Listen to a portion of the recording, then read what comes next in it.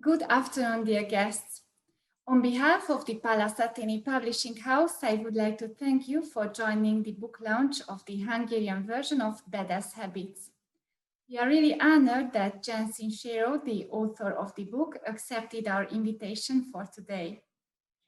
The book Badass Habits was published by Penguin Life last year, and now you can also read the Hungarian version.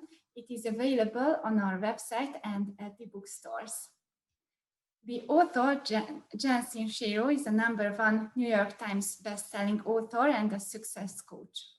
To this webinar, we also invited Zsadány Vécsey, who is the founder of ALEAS Simulations, the Flow is Good Business project with Csíkszentmihályi.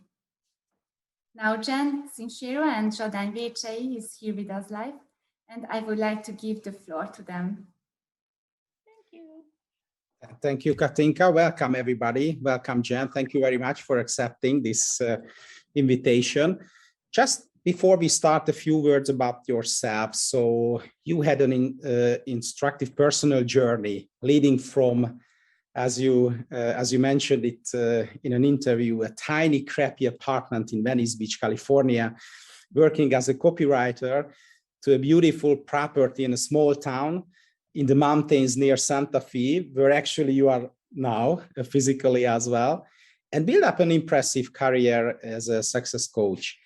And before this conversation, I just check out some of your readers' reviews on Amazon on your wonderful new book, Badass Habits, and quite an impressive feedback you got, actually.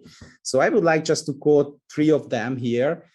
One is that this has helped me improve my business and life habits. And by default, it's given me the courage to share my purpose-driven cause, wine that gives back. That's an interesting one. Here's another one. Love this book, full of practical tips.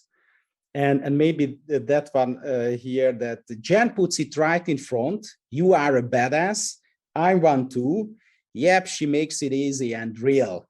And I think that's one of the real strengths of your book, that it's practical, and fortunately not another selection of good advice on how Jeff Bezos or Elon Musk are building up their enterprises. But your thoughts are much more about ordinary people like we are.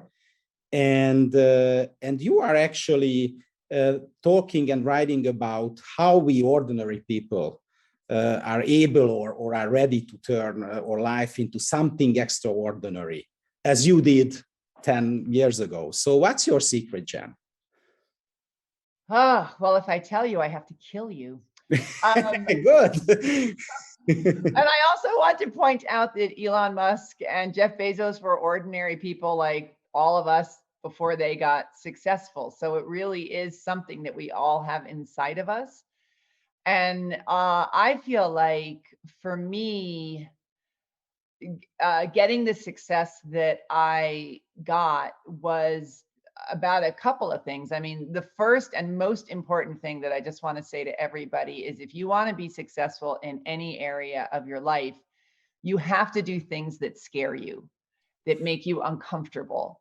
And that is probably the best piece of advice I have for anybody. You know, we're comfortable with the lives that are familiar to us, and that's the lives we have. So if we want to change, we have to do stuff that's uncomfortable. So I did a lot of really, really uncomfortable things, like reading self-help books. I thought they were really stupid and cheesy. Going to self-help seminars, hiring a coach for more money than I was comfortable spending, you know, always doing things that put me in a new place that I wasn't used to. Yeah, so that's my main thing. Yeah, that's interesting, because this is about then of learning. So what you explained means to me that first of all, you have to understand the actual situation of yours, and then break the boundaries around you and start a learning journey. So this is a journey of learning, or this is a journey of just getting to know yourself more and more.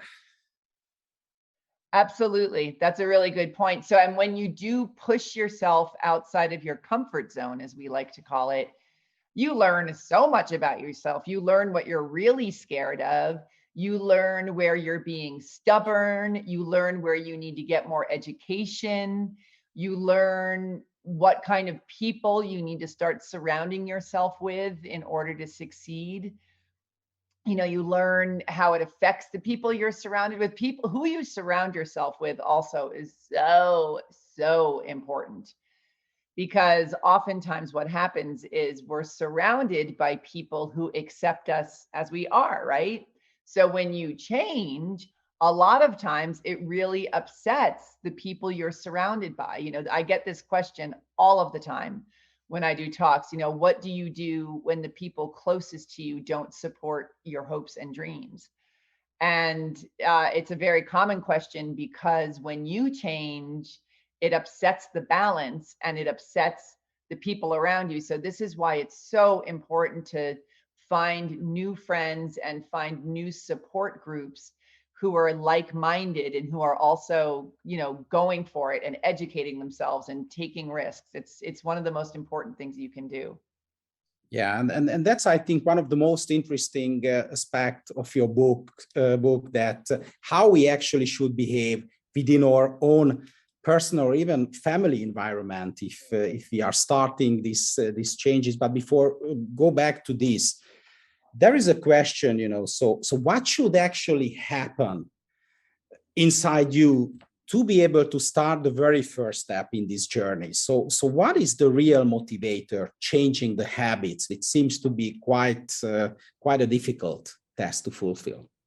You have to get clear on why you want to change it. You know, let's say you want to lose weight. You want to lose 15 pounds. You have to get clear on why, or else when the temptation to eat a pizza comes in, you're going to be very clear on why you want to eat that pizza. So you have to be very clear on why you don't want to eat that pizza, why you want to be healthy and trim and feeling good about your body and carrying around less weight and looking sexy.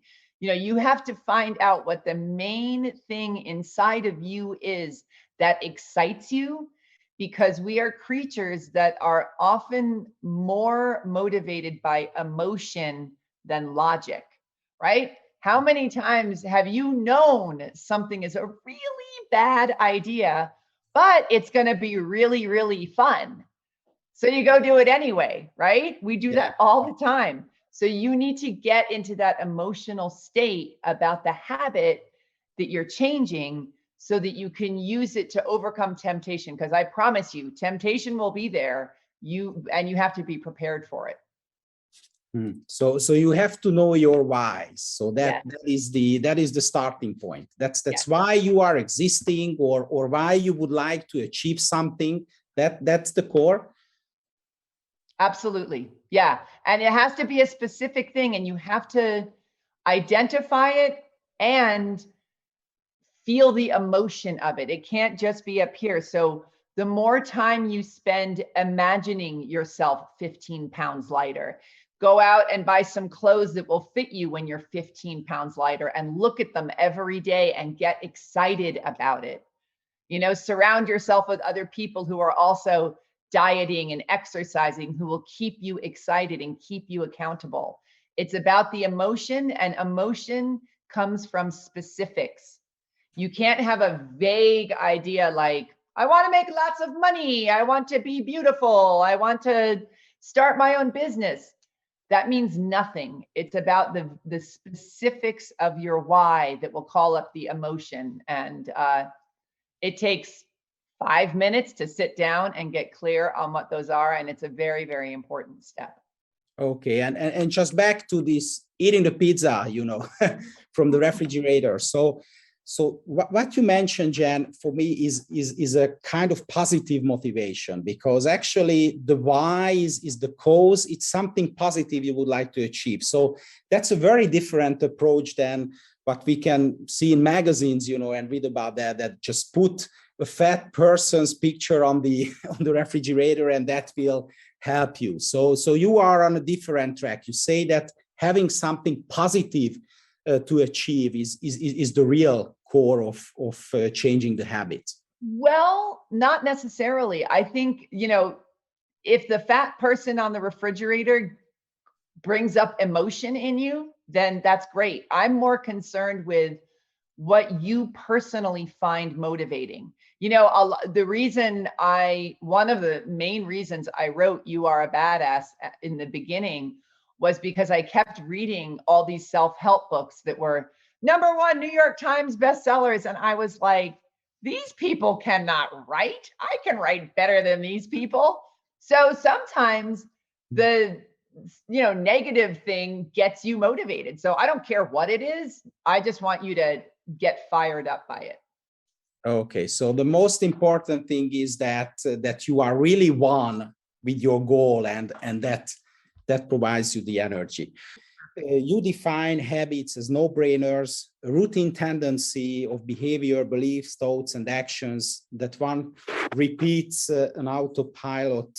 And you describing in your book, when repeating something enough times, a new neural pathway will be established in the brain that flows through effortlessly and automatically. And finally, you conclude that changing your actions only to form a new habit without changing actually who you are being is like running in the wind. Could you give a deeper explanation of that?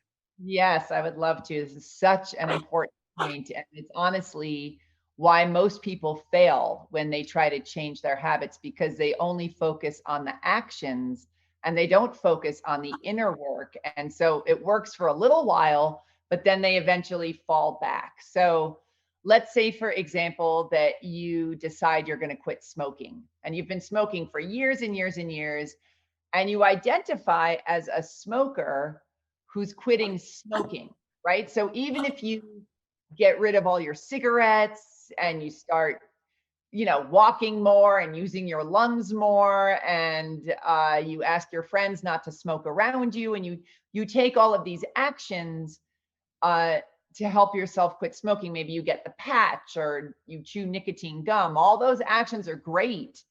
But if you are seeing yourself as an ex-smoker, as somebody who is quitting smoking, you're still attached to the idea of smoking, and you're still embodying the identity as somebody who's an ex-smoker.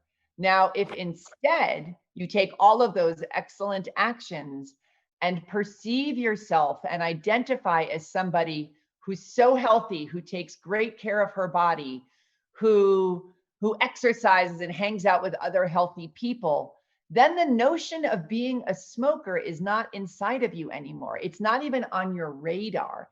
And one of the reasons this is so important is because it disengages you from what I call the negotiation process. So let's say, for example, you're an ex-smoker and you're in a bar and you're having a drink. And one of your favorite times to have a cigarette is when you're drinking. If you are identifying as an ex-smoker who's quitting, you're going to get into the negotiation with, well, I can just have one cigarette. It's not going to kill me. I've been doing so well. And you're going to get into that negotiation with whether or not to smoke. If you identify as somebody who's healthy, who takes great care of your body, who's active and determined to be as fit and healthy as you can, you don't negotiate with having a cigarette any more than you would negotiate with drinking a bottle of vodka for breakfast, because it's not who you are. It's not on your radar. So it makes the changing of your habit so much easier, because it unhooks you from that association and that identity. Does that make sense? Yeah, absolutely. And it means that actually our realities are determined by how we habitually perceive ourselves and our worlds. And it means that trying to change the life without being self-aware will not work actually. And here's the question to this. So how confident are the 21st century people?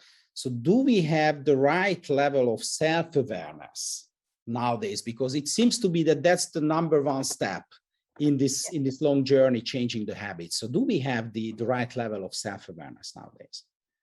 You know, it's all a muscle. I think self-awareness and I think confidence, it's all muscles that you have to practice and build. So that's why we call it a spiritual practice, because you're always practicing, right? So I always compare it to going to the gym when you want to get in shape, when you want to get your physical muscles in shape. You don't go to the gym and get strong and then be like, yay, I'm strong. I don't have to go to that stupid gym anymore. You have to constantly work your muscles if you want to stay in shape. And so awareness and confidence and motivation and determination, they're all muscles. And so in all of my books, I talk about going to the spiritual gym. And so the spiritual gym is reading books like mine and other self-help books that you like, talking to smart people and motivated people who will keep that energy up in you, meditating, listening to music that pumps you up, exercising, saying a mantra, visualizing your success, all of those things. And it can take literally 20 minutes a day. It doesn't need to be a whole big drama, but you do have to show up because you need to keep those muscles in shape or else it's not going to work. Okay, so that's definitely a long-term journey. So long-term journey.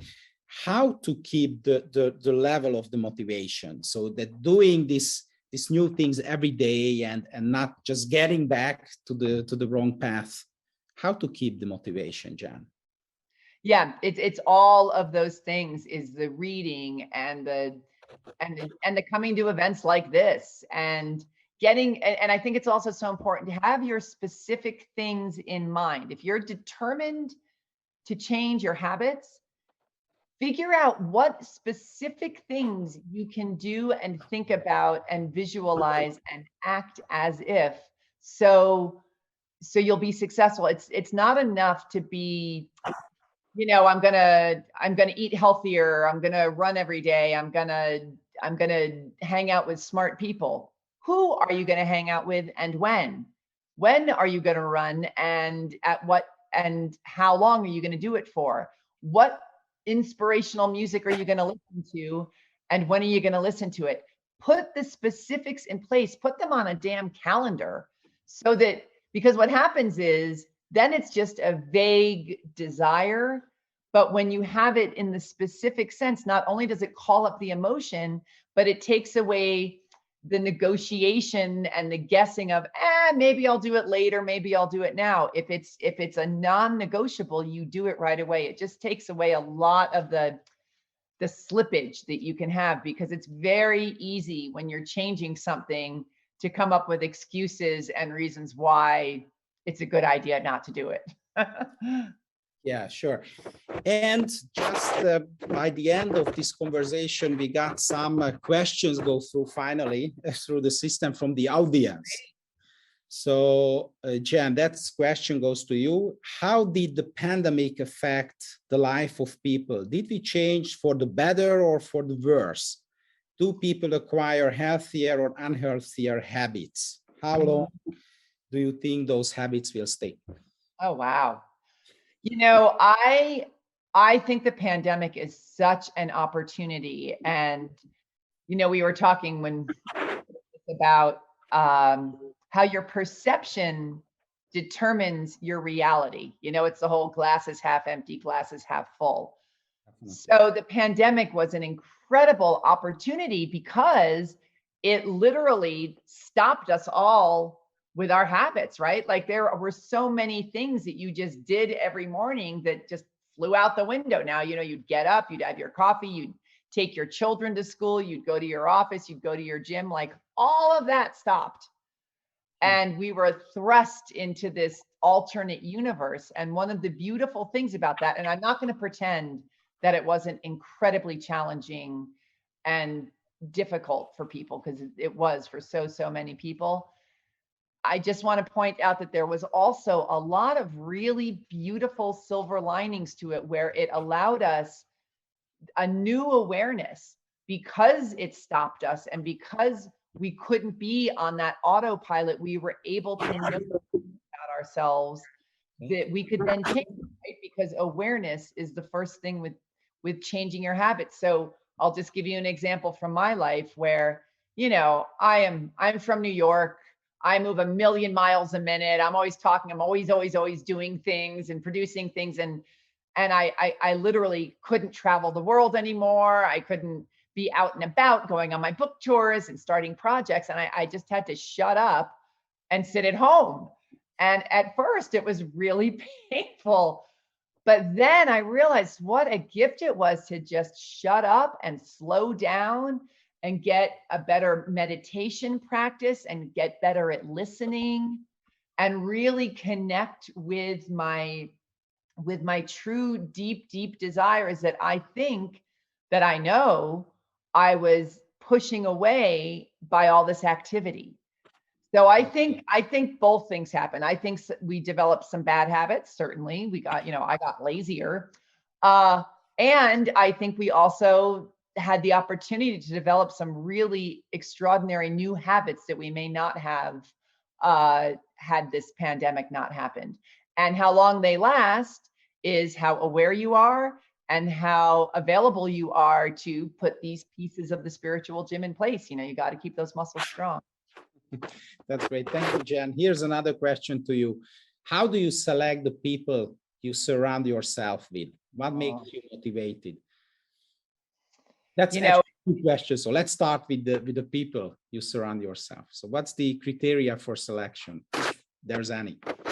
Yeah, well, first of all, how do they make you feel? Do they support you and cheer you on, or do they tell you all the reasons why your new idea is going to be really hard and it's not going to work? Do they complain a lot? Do they make fun of you because you're trying to change? You know, it really comes down to, do they support you and do they excite you and do they inspire you, or do they drag you down? What's the energetic there? Okay, and what makes you motivated? That's a personal question. What makes me motivated? Yeah. So these days, that's a really interesting question, and I you know, over the pandemic was thinking about this a lot because I had a bit of a crisis trying to figure out what to do with myself and what I wanted to do next. And I'm so grateful for it because it's really sent me in a bit of a new direction that I'm so excited about. For me to stay motivated, I have to find things that I think are fun to do. Okay. It has to, whatever the project is, has to give me energy and it has to have meaning.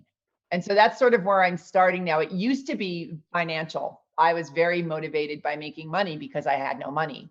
And so now that is not my main motivation, and it's a little bit disorienting and it's a quality problem, but I was finding myself very unmotivated because that was always my motivation. So I had to find other things. And so it really is fun, energy, and meaning. And then personally, once I figure out what I'm doing, I find music so motivating. If I am listening to sad, and I love sad, beautiful music, but if I'm trying to get stuff done, I need loud rock and roll is my favorite personal choice. I love hiking and being out in nature and using my body and seeing a sunset. Who I hang out with is vitally important. And, you know, just taking care of my body and being in shape and eating well. Those things all motivate me. And reading books and constantly studying and keeping my mindset strong also is hugely important. Okay, thanks. And just the very last question from the audience here. Does it matter to understand why it was worth maintaining bad habits in the past? So just looking for the cause of the bad habits, does it help to overcome those? I think it can if you're really having trouble moving forward. So this is sort of like going to therapy versus getting a life coach, right? Therapy is all about untangling from past negative beliefs, and coaching is all about putting things in action and moving forward. And I think they both are very important. So if you've got some, especially a habit that you've been trying to change and trying to change and trying to change, and it's just, you just keep failing, I think it would be helpful to look back and get clear on what belief systems you have about your ability to quit smoking or your ability to lose weight. You know, a lot of, especially with the weight thing, actually, a lot of times it's protection against something bad that happened to you, or, you know, not wanting to be seen, or there can be things that are very, very deep down that are worth investigating if you're having trouble moving forward. Okay. Okay, Jen, thank you very much. And as you explain in your book, and I think that's really a good closing thought here, is that the thrills from the little wins will keep you rolling toward victory. Yeah. I think that's a kind of how you see the world and how you see actually the all the energy you have to put in to change the bad habits and getting new ones. Exactly. And that's all mindset, right? So it's your choice to either notice the little win and to look at your failures as learning experiences and being grateful. And we always have a choice how we perceive something. So this awareness of catching yourself in complaining and feeling sorry for yourself and thinking things are impossible, catching yourself a different choice is the most powerful thing you can do. Amazing. Thank you very much. Congrats for your new book. We will definitely read it. Thank you very much. And let's keep this as your advice for all who wants to start their personal journey.